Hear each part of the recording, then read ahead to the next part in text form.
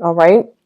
Um, I also feel for others of you, especially singles, there will be a lot of options on the table, a lot of options. So this is the energy that you bring to the table. This is what you're kind of like coming into this week with. We have the Seven of Cups, and this is the way your significant other or the people that you're romantically involved with, this is how they see you. The Seven of Cups is a person with a lot of options, a person that might be very starry-eyed, very, very romantic, trying to find like the romance of a lifetime. And so you might be in one relationship, and if your partner is not emotionally available, you might be seeking attention elsewhere. So they see you as someone that has a lot of options, that might not be 100%, like faithful or truthful, or they feel very undecided, that you're not very decisive, that you're not really sure about what you want. But on top of that, you're very open to meeting new people. You could be a social butterfly. You make emotional connections really well. You're very popular. You're very well liked. And a lot of people will naturally gravitate towards you. So they see you as someone with a lot of options, and they feel a little bit threatened by that. And this is also the card of the people around you. They're kind of like battling to get your attention. They're battling amongst themselves to stand out, to get to you, or to, be the person that is exclusive in your life. And it's linked up with the Seven of Wands. So this is like all eyes on you. You need to make a choice. Is it, are you going to be with me, or are you going to be with the other person? So I see some ultimatums happening, and I feel like you've got somebody that really, really, really likes you, and they're going to make their intentions known, but it comes in a little bit more of a harsh way.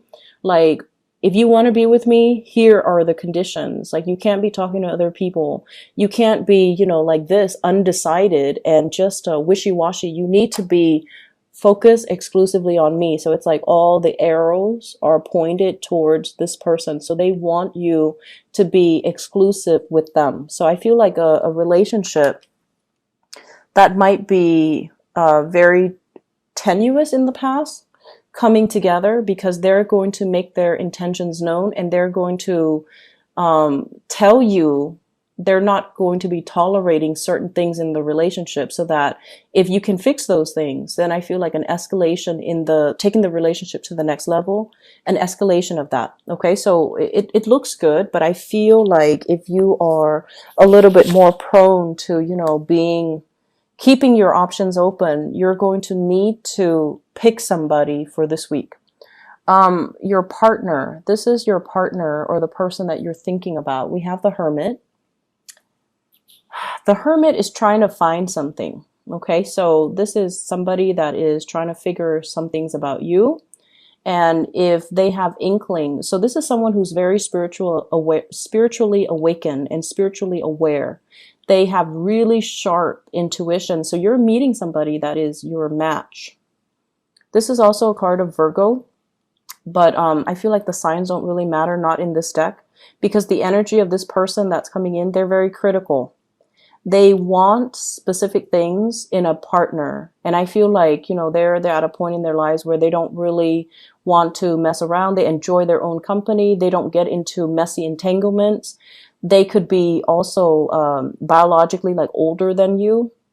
So there's an age difference that I'm feeling. And then I also feel like, you want to bust out and you want to have fun. You want to socialize.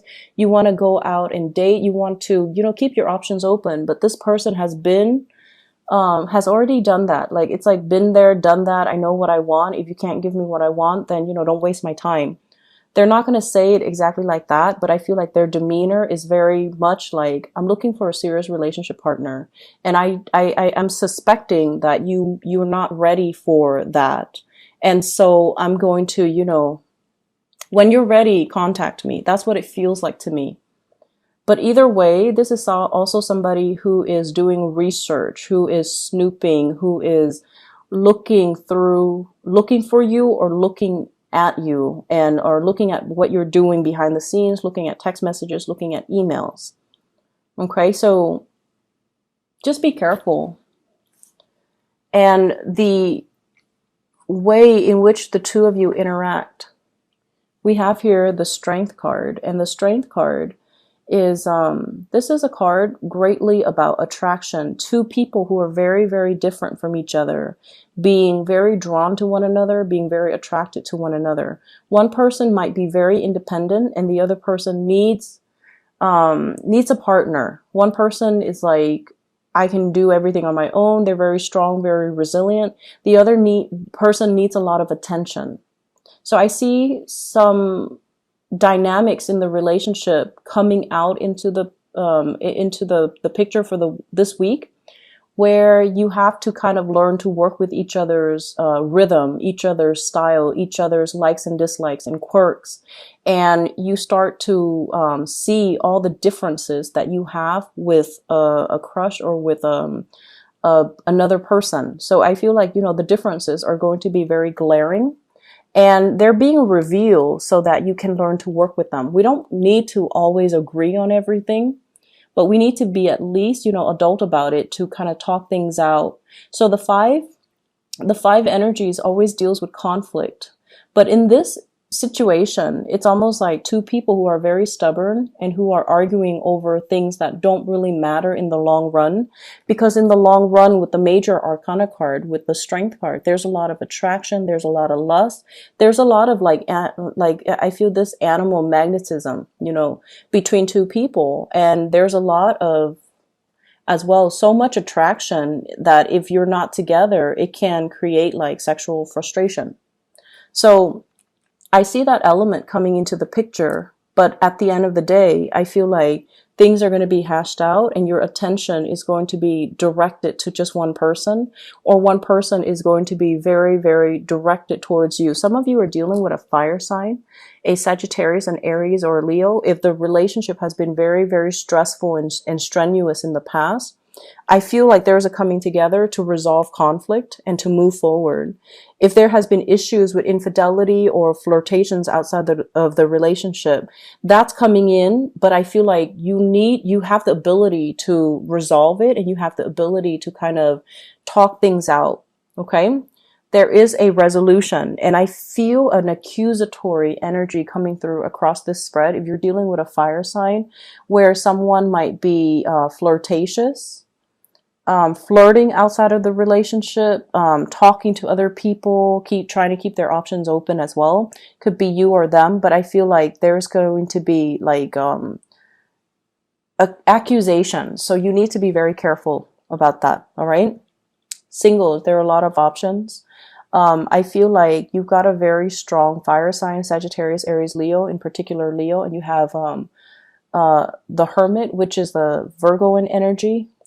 And I feel like I'm sensing the people that you're naturally drawn to, they're very, very different from you. One person is a social butterfly. The other person needs a lot of downtime. And so if you want to be out and about, to be seen and heard, I feel like you want to find a partner that's more in alignment with you, that wants to do the same things. Okay. Rather than dragging somebody who's like more of a loner, who likes their downtime, dragging them to a place where there's loud music and there's a lot of socializing, they might get burnt out and they might not enjoy it in the long run. And so they might be a little bit of a stick in the mud in the long run. And so just make sure your expectations are expressed ahead of time, so that they know what to expect, and try to compromise a little bit. So rather than going out socializing for, 5 hours straight, maybe we'll do like, 2 hours, and then we'll go home and do like more alone activities, more low maintenance types of activities. So compromising with your partner will be important for you this week. Your spiritual advice, we have 3 fours. So we have here the Four of Cups, the Four of Coins, and the Four of Wands.